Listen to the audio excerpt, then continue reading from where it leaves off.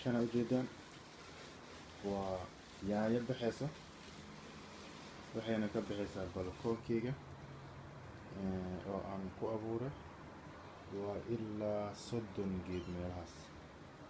waa ujeedaan hadeertaan waxay wada dhashay kulli fiyooro, qaarkood waxay dhaleen yaanyo soo ujeedaan. kana waa kaasa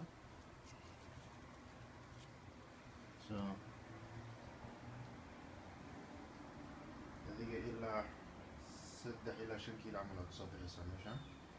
marka insha allah samarka dambe hadduu ilaah yiraahdo waxaan qorsheynaa inaan kan oo kale aan ku daro halkaas la dhigo, kabacdi yaanyada markaas la badiyo. kana ujeedaan waa minta, spinach ama koostada yaryar ee saladka ahaan loo isticmaalo. kan waa yaanyo kale ayadana, maadaama oo kan macnaha ay isku badnaayeen ayaan qayb halkaan usoo raray. ujeedaan meel inaan ku abuuray. kan waa 3 geed, kanna waa 2 geed. ayaga naftarkooda hadda weli ma aysan dhalin yaanyo, laakiin maxaa la fiyoore joogaan hadeertaan, laakiin mar dhow insha allah yaanyada soo bixaysa. kanna waa qare isagana oo aan ku tijaabiyey balkoona.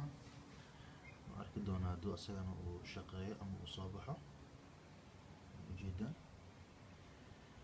marka sida naftarkiisa fiyooro dhalay, fiyooro uu baaba'ay kaasa. dhinacaas kana fiyooro kale ku dhalay. marka waxaan rajeynayaa inay geedka u soo baxo. runtii waxaa waaye balkoonyaasha dadka haysto waxyaaba badan ay sameyn karaan, ay ku abuuri karaan. marka u dayma la'aanina